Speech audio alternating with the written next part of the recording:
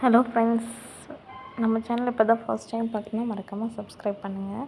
இன்றைக்கி பார்த்தீங்கன்னா தக்காளி குழம்பும் தக்காளி ரசமும் எப்படி வைக்கிறதுன்னு பார்க்கலாம். அதில் ஃபர்ஸ்ட் வந்து நம்ம தக்காளி குழம்பு பார்க்கலாம். அதுக்கு ஒரு 2 கைப்பிடி அளவு சின்ன வெங்காயம் எடுத்து கொஞ்சமாக எண்ணெய் ஊற்றி கடலெண்ணெய் ஊற்றி நல்லா வெங்காயத்தை கண்ணாடி பதத்தளவுக்கு வதக்கி விடுங்க. இந்த குழம்பு பார்த்திங்கன்னா சாப்பாடு, சப்பாத்தி, தோசை, இட்லி எல்லாத்துக்குமே நல்லாயிருக்கும். ஒரு 4-5 பல்லு பூண்டு போட்டுக்கிறோம். 2 காரத்துக்கு தகுந்த மாதிரி வரமிளகாய் போட்டுக்கங்க. நான் 2 போட்டிருக்கேன். இது நல்லா காரமாக இருக்கும். அதனால்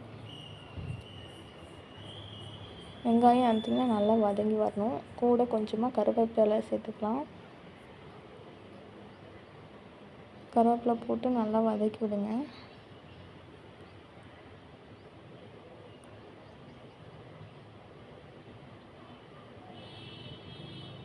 அடுப்பை வந்து ஸ்லிம்லேயே வச்சு வதக்கிவிடுங்க. அப்போ தான் வெங்காயம் கருகாமல் நல்லா வெந்து வரும். கொஞ்சமாக கடலைப்பருப்பு போட்டுக்கிறோம்.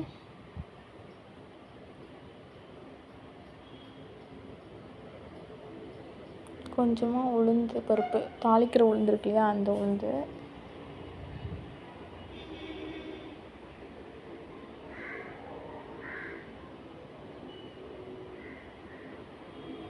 சீரகம் ஒரு 1/2 ஸ்பூன் போட்டுக்கோங்க.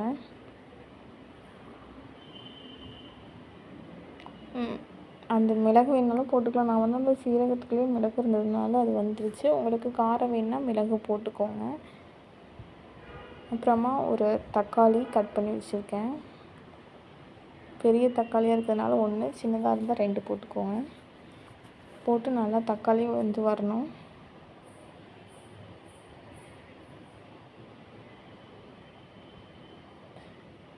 நம்ம சேனல் நிலாஸ் டைம் அப்படிங்கிறத சப்ஸ்கிரைப் பண்ணாமல் இருக்கவங்க சப்ஸ்கிரைப் பண்ணுங்க. தொடர்ந்து நம்ம வீடியோஸ் பாருங்கள். உங்கள் கமெண்ட்ஸ் சொல்லுங்கள். என்னென்னு தக்காளி நல்லா வெந்து வரணும். நம்ம இப்போ பார்த்திங்கன்னா புதுசாக சீட்ஸ் எல்லாம் வாங்கி போட்டிருக்கோம். இந்த கார்டனிங் அப்டேட்டும் இனி வரும். அதனால் நம்ம சேனலை ஃபாலோ பண்ணிட்டு இருங்க. ஒரு 3 ஸ்பூன் கொத்தமல்லி தூள் போட்டுக்கிறோம். நம்ம இப்போ போட்டு நல்லா வதக்கி விடுங்க. நான் சீட்ஸ் எங்கே வாங்கினேன், என்ன டீட்டெயில்ஸ் அப்படிங்கிறதெல்லாம் வந்து இப்போ சீட்ஸ் எல்லாம் போட்டாச்சு. அதனால் வளர்ந்து வந்துச்சு அப்படின்னா உங்களுக்கு வாங்கின லிங்க்ஸ் எல்லாம் நான் கொடுக்குறேன். அதை நீங்கள் போட்டு பாருங்கள். நான் கார்டன் டூரும் நான் போடுறேன். நம்ம சேனலை மறக்காமல் பார்த்துட்டு இருங்க. கொஞ்சமாக மஞ்சத்தூள் போட்டிருக்கேன்.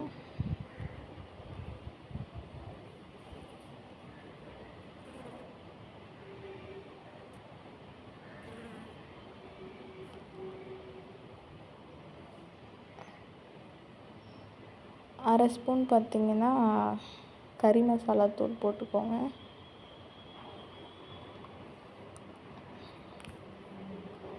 அப்புறமா கொஞ்சமாக கரம் மசாலா தூள் போட்டுக்கோங்க. இந்த கறி மசாலாவும் கரம் மசாலாவும் ஆப்ஷனல் தான். கொஞ்சம் டேஸ்ட் வரணும் அப்படிங்கிறதுக்காக நான் போட்டிருக்கேன். போட்டிங்கன்னா டேஸ்ட் நல்லாயிருக்கும்.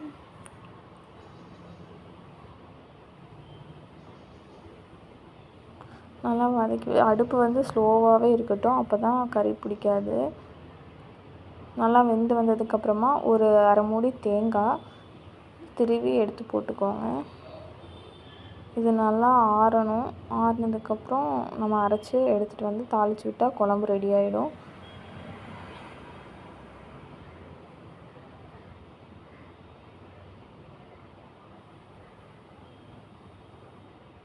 பார்த்திங்கன்னா நம்ம தாளிச்சிக்கலாம்.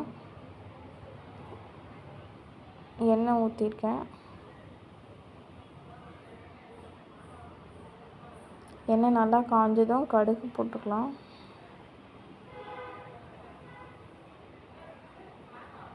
கடுகு பார்த்திங்கன்னா நல்லா பொரிஞ்சு வரணும். கொஞ்சமாக கடலைப்பருப்பு போட்டுக்கலாம். கடுகு பொரிஞ்சதும் கொஞ்சம் சின்ன வெங்காயம் தாளிக்கிறதுக்கு தான் ஒரு 10-15 சின்ன வெங்காயம் போட்டால் போதும். 2 கருவேப்பிலை போட்டுக்கங்க. கொத்து நல்லா வதக்கி விடுங்க.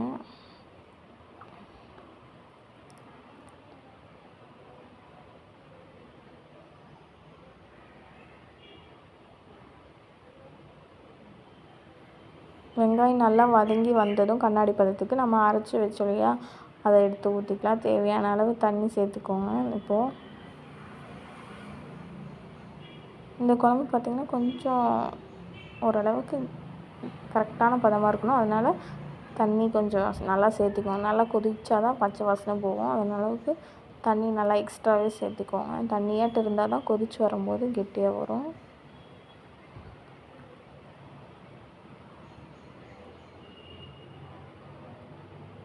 இந்த அளவுக்கு தண்ணியாட்டு இருக்கணும். இப்போது தேவையான அளவு உப்பு பார்த்து போட்டுக்கோங்க. இந்த குழம்பு வந்து லஞ்சுக்கும் யூஸ் பண்ணிக்கலாம், டின்னர், சப்பாத்தி, இட்லி, தோசை எல்லாத்துக்குமே ஆட் பண்ணிக்கலாம். டேஸ்ட்டாக எல்லாத்துக்குமே செட் ஆகும் இது. நல்லா கொதிச்சிட்ருக்கு. நல்லா கொதிக்கணுங்க. அப்போ தான் பச்சை வாசனை போய் குழம்பு நல்லா டேஸ்ட்டாக வரும். நல்லா கெட்டியாக வர அளவுக்கு நல்லா கொதிக்க வச்சுக்கோங்க. இந்த அளவுக்கு நல்லா கொதித்து வரணும். அவ்வளோதாங்க. இப்போ நம்ம தக்காளி குழம்பு ரெடி ஆகிடுச்சு. அடுத்து பார்த்திங்கன்னா தக்காளி ரசம் எப்படி வைக்கணும்னு பார்க்கலாம். நல்லா கொதிச்சாலும் கொஞ்சமாக கொத்தமல்லி தழை சேர்த்து கலரை விட்டுக்கோங்க. அடுத்து நம்ம தக்காளி ரசம் எப்படி வைக்கிறதுன்னு பார்க்கலாம். அதுக்கு பார்த்திங்கன்னா ஒரு குண்டாவில் ஒரு தக்காளி போட்டு கொஞ்சம் தண்ணி ஊற்றி நல்லா வேக வச்சுக்கோங்க. தோல் உறிஞ்சி வர அளவுக்கு அந்த தக்காளி வெந்து வரணும். பாருங்கள், தோல் தனியாக கலந்து வந்துருச்சு. இந்த அளவுக்கு நல்லா வேக வச்சுக்கோங்க. இந்த வெந்ததும் இதில் கொஞ்சமாக புளி சேர்த்துக்கோங்க. புளி சேர்த்துனதும் நம்ம அந்த தக்காளியும் புளியையும் எடுத்துகிட்டு அரைச்சி வச்சு அதை பேஸ்ட்டாக பண்ணிக்கோங்க. அதில் தேவையான அளவுக்கு தண்ணி ஊற்றி வச்சுட்டு கொஞ்சமாக எண்ணெய் ஊற்றி, எண்ணெய் நல்லா ரசத்துக்கு மட்டும் எண்ணெய் நல்லா காயணும், இல்லைன்னா பச்சை வாசனை அடித்து வந்துடும். கொஞ்சம் கடுகு போட்டுக்கோங்க. ஒரு அரை ஸ்பூன் கடுகு போட்டு கடுகு நல்லா பொரிஞ்சு வரணும்.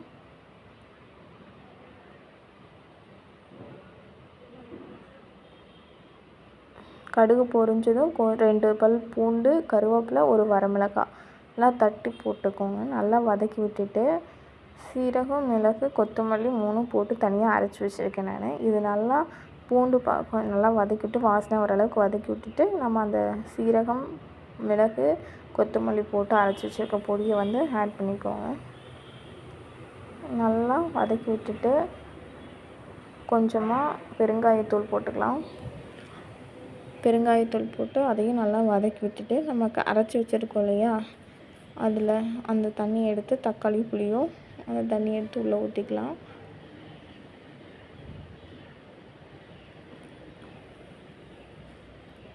கொஞ்சமாக கொத்தமல்லி தூள். நான் உப்பு வந்து பார்த்திங்கன்னா அதுலேயே அந்த அரைச்சப்பவே போட்டுட்டேன். நீங்கள் அதனால் உப்பு போட்டுக்கோங்க. இது நல்லா கொதித்து வரணும். ஒரு 5 மினிட்ஸ் நல்லா கொதிக்க. ரசம் வந்து பொங்குனோடனே நிறுத்திடணும் அப்படின்னு சொல்லுவாங்க. இந்த ரசம் வந்து நல்லா கொதித்து வந்தால் தான் பச்சை வாசனை இல்லாமல் இருக்கும். அவ்வளோதாங்க, நம்ம தக்காளி குழம்பும் தக்காளி ரசமும் ரெடி ஆகிடுச்சு. மறக்காமல் ட்ரை பண்ணி பார்த்துட்டு எப்படி இருக்குன்னு சொல்லுங்கள். நம்ம சேனலை மறக்காமல் ஃபாலோ பண்ணுங்கள். அதே மாதிரி பார்த்திங்கன்னா அடுத்து நம்ம சேனலில் கார்டனிங் அப்டேட்லாம் வரப்போகுது. நம்ம சீட்ஸ் எல்லாம் போட்டிருக்கோன்னு சொன்னோம் இல்லையா, அது எப்படியும் இன்னும் 1 வீக்கில் வந்துடும். அதனால நம்ம ஃபாலோ பண்ணுங்கள் நம்ம சேனலை.